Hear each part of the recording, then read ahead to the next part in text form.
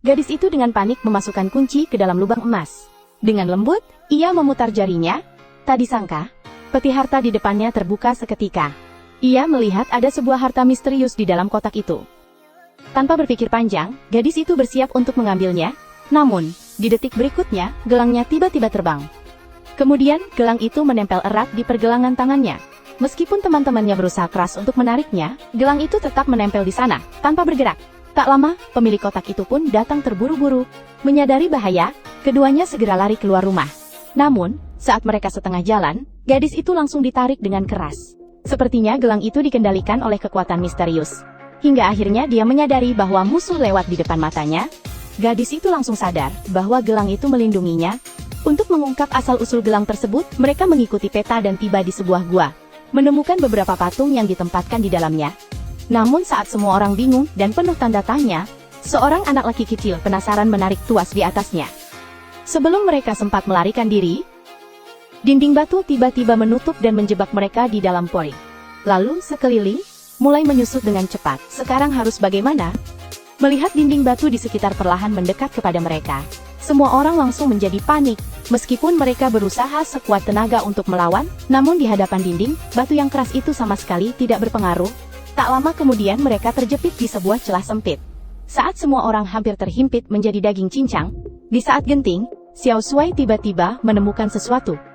Menatap kolam batu tengkorak yang terletak di tengah, Xiao Shuai segera menyuruh mereka berbaring bersama. Tak disangka setelah dinding batu tertutup rapat, detik berikutnya mereka malah jatuh dari sini. Setelah beberapa orang sadar kembali, Xiaomi sepertinya melihat sesuatu yang misterius.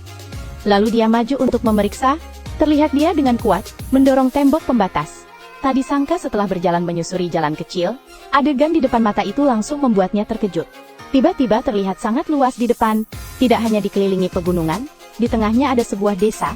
Jelas ini adalah kota kuno emas yang mereka cari-cari selama ini. Tapi masuk ke dalamnya tidak semudah itu. Video yang begitu menarik, tentu saja harus ditemani segelas teh susu sambil menonton.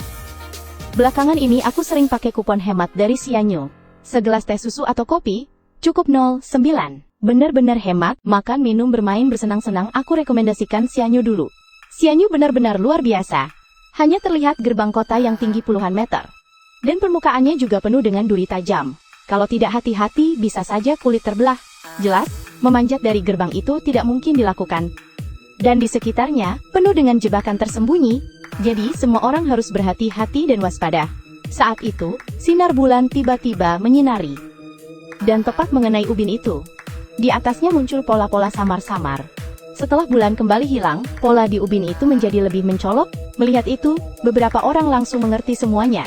Setelah menyadari ini adalah kunci untuk membuka gerbang kota, maka semua orang segera mengikuti pola pada ubin, dan menemukan patung yang berdiri di samping. Kemudian semua orang secara bersamaan menarik tuas. Tak disangka berhasil membuka gerbang kota di depan mereka. Lalu beberapa orang masuk ke dalam, kemudian menyelinap ke sebuah ruang makam yang tertutup. Xiaomi menyuruh seekor monyet memanjat ke atas, dan menggunakan senter untuk menyinari setiap sudut ruangan, mencoba menggunakan cahaya itu sebagai simulasi sinar matahari. Kemudian teman-temannya memantulkan cahaya, menggunakan baskom air. Saat cahaya itu mengenai pintu utama, detik berikutnya, pintu batu yang sudah lama tertutup terbuka. Saat itu semua orang langsung bersemangat. Namun sebelum mereka masuk, tiba-tiba seekor laba-laba keluar merayap. Tiba-tiba duri di atas kepala mulai perlahan turun, mendekati kepala semua orang secara bertahap. Beberapa orang langsung panik melihat itu. Saat paku tajam di atas kepala hampir jatuh, dalam keadaan darurat, semua orang buru-buru melarikan diri melalui pintu besar. Namun, Xiaomei terlambat satu langkah. Dia terjebak di pintu yang tertutup rapat dan tidak bisa bergerak. Untungnya, teman-temannya segera berusaha keras untuk membuka kedua sisi. Akhirnya, mereka berhasil menyelamatkan nyawanya dengan selamat. Namun, saat itu, semua orang kembali melihat pemandangan yang menakutkan. Terlihat di ujung lorong, ada sebuah patung murni dari emas. Saat mereka bersiap untuk melangkah maju dan memeriksa, tiba-tiba lantai di bawah kaki mereka runtuh. Dalam sekejap, beberapa orang dengan cepat meluncur ke bawah.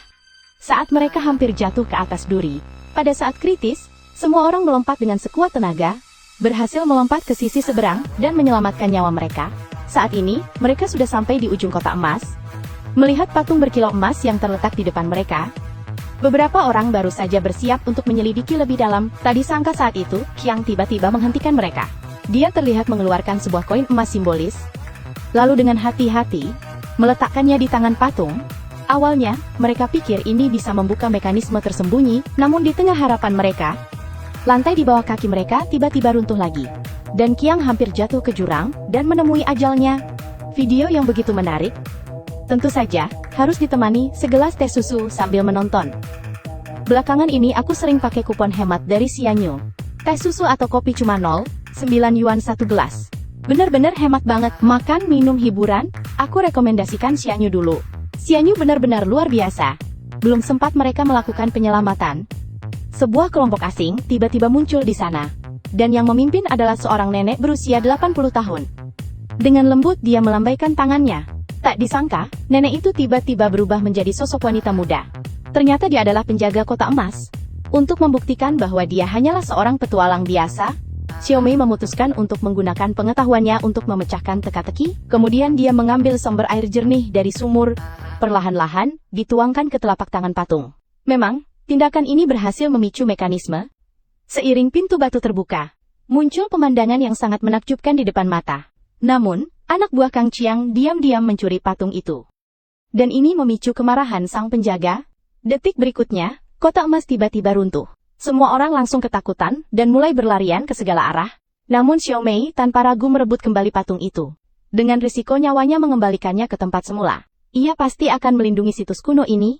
Ternyata setelah patung itu ditempatkan kembali, kota tua itu juga berhenti runtuh lebih lanjut. Kemudian terjadi pemandangan yang menakjubkan, yang mulai perlahan-lahan memperbaiki dirinya sendiri. Setelah gerbang ditutup kembali, kota emas kuno ini juga tetap ada di dunia. Semua orang menatap pemandangan ini dengan senyum lega. Dengan demikian, sebuah krisis akhirnya teratasi.